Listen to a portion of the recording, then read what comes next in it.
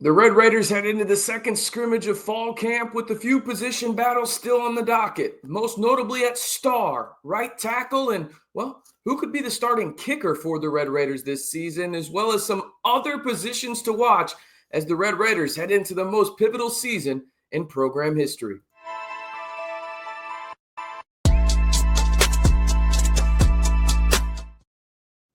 Hey, how's it going, everybody? Welcome into the Red and Black Report. I am your host, RC Maxfield. Ton to discuss on today's video as we head into scrimmage number 2. You smell that? That's college football in the air, baby. We got Big 12 football next week out in Ireland. Farmageddon. Don't get me started on games in Ireland, but Texas Tech is about 2 weeks away from kicking off the 2025 season. If you're excited about Red Raider football being back, be sure to like the video. All right, there are 4 positions we will discuss on today's video, and these are positions that Coach Shield-Wood on the defensive side, Mac Leftwich has discussed, and obviously head coach Joey McGuire has discussed. We will start on the defensive side of the football, where Lubbock native John Curry has arguably been the biggest talking point and standout for the Red Raiders on the defensive side of the football. If you are not on the defensive line and your name isn't Jacob Rodriguez, right? We're talking about a guy that looked like he may not have a real spot to playing time, but it sounds like he's going in and just flat out taking it, or at least an opportunity to take it. As it stands right now, it sounds like John Curry and Malik Dingle are in a very big battle for the starting star position, with Shield-Wood going as far as saying he feels comfortable starting 6 defensive backs, and he included John Curry in that. What would that look like? Obviously, the 6 defensive backs, including John Curry. Then you would have J-Rod, and then you're starting 4 in terms of the defensive line. I'll be honest with you. I actually love this idea. I truly do, but I'm interested to see how it works out. You have McGuire and both Shield-Wood talking glowingly about John Curry. They've done the same for Malik Dingle, but it's one of those deals where John Curry has stood out so much. They're trying to find ways just to get him on the field, and this may be the route that they take. And really, for me, sure, John Curry may start, or it may be Dingle that starts at star. Either way, this is a sensational development for the Texas Tech defense because of this. You know what you have in J-Rod at the linebacking position. I know that some people have been critical of Ben Roberts. I've been more on the side that, hey, he wasn't really used well last year in the Tim DeRuyter defense, right? So I think he's going to be used properly in the Shield-Wood defense. But now you're telling me Bryce Ramirez has looked good as a depth linebacker, and John Curry is going out there and basically saying, hey, you're going to have to keep me off the field. I'm going to play my way on, but it's where are you going to put me? Almost at this point. This is awesome for Texas Tech, and I'm really interested to see that potential 6DB unit and scheme for Shield-Wood, which would include, according to him right now, John Curry. And if I were guessing who starts at the star position in game number 1, as it stands right now going into scrimmage number 2, which is Saturday night under the lights out in the 806, I think it might be John Curry. He has been the talk of camp on the defensive side, outside of obviously those standout transfers on the defensive line and the Big 12 preseason Defensive Player of the Year in J-Rod. We move on over. Actually, let's stay on defense. And let's go to the DBs.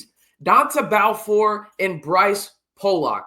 This might surprise some people, but it sounds like, I don't know if it's a position battle per se, but Donta Balfour has stood out and then some at fall camp. He truly has. And he actually started scrimmage number 1.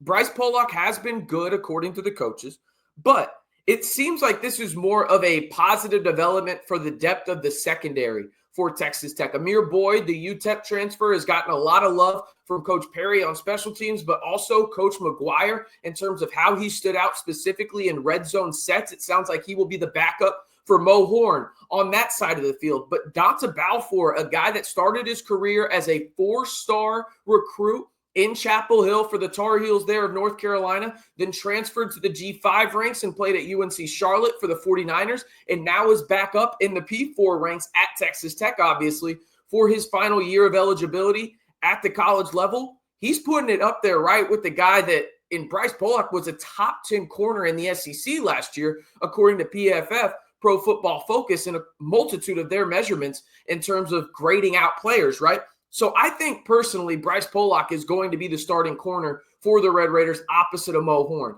That being said, I think there's going to be a lot of rotation in the secondary. And personally, I think that's a good thing, right? Terrion Grant had a pick six, the former five-star from Purdue that transferred in, originally from Tennessee in terms of his high school career. You also have Amir Boyd, who I mentioned. I like Macho Stevenson. Don't hear what I'm not saying. Hold on a second. I like Macho Stevenson as a depth piece, right? Not as a starter, but he is listed as the third string corner now. I like that. Okay, and now you've got on one side of the field potentially Bryce Pollock, a top 10 corner in the SEC last year, Donta Balfour, a standout on the defensive side through fall camp, and Terrion Grant, a guy that obviously has NFL pedigree, but can he live up to it? You feel really good about that, and now you can rotate guys in, keep them fresh, and most importantly, give offensive different looks from Sheil Wood, who seems like a mastermind of getting his defense in the proper spot right away. All right, we move on. Let's talk about the kicker real quick.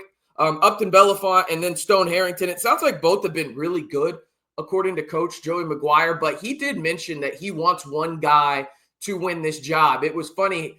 He mentioned in his press conference leading up to scrimmage number 2 tomorrow night at the time of this recording, it's Friday, August 15th, before scrimmage number 2, that they were yelling Gino Garcia. So they were just yelling Gino's name, just trying to fluster these kickers in any kind of way possible in terms of getting their heart rate up and make it feel like they are, a little agitated while kicking the football because, well, you got to get ready for game action. Who's going to step up? But it sounds like Upton and Stone have both been very, very good. But McGuire does want one of these guys to take the job. But McGuire did mention it could lead into the season before they actually establish who is the starting kicker. All right, we move on to the offense. The lone position I'm watching, I would say wide receivers, but I think we know who the wide receivers are, right? It's Caleb Payday Douglas, and I didn't forget the payday this time, people. You can't call me out in the comments, okay? Reggie Virgil, and then you've got Coy Aiken. But there's a multitude of depth guys that I think are going to play large roles this year. Obviously, most notably, Micah Hudson. I think you've got West, Volson. There's multiple other guys that are going to make an impact. And even Roy Alexander, forgot to mention him. But there's a multitude of guys in that wide receiver room that can make an impact and make big plays. I'm very interested to see how Mac Leftwich goes about it. But I wouldn't say that that's a position battle. I think that that's more of a, okay, you know who the 3 starters are when you go out there and you have 3 wide receivers on the field, right? We know who that's going to be. But how do you rotate them more is really what I'm looking at. And I think you're going to see a lot of those guys, specifically Micah Hudson. He's had a good fall camp, people. Roy Alexander, the Incarnate Ward wide receiver transfer. You've got some other guys that are slowly developing in the Texas Tech system, whether that's West, Volson. There's other guys as well. Very interested to see how those guys rotate when it comes to the wide receivers. But the position battle I'm watching most on the Texas Tech offense is at right tackle.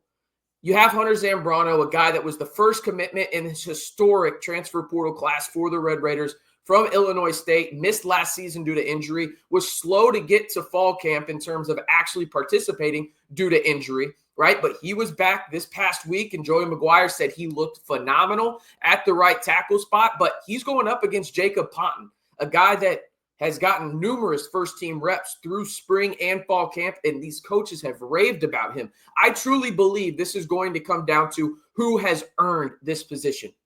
Full stop. This is not going to be, well, we paid this guy quite a bit of money in the transfer portal, we have to start him. No, I don't think that that's what this is.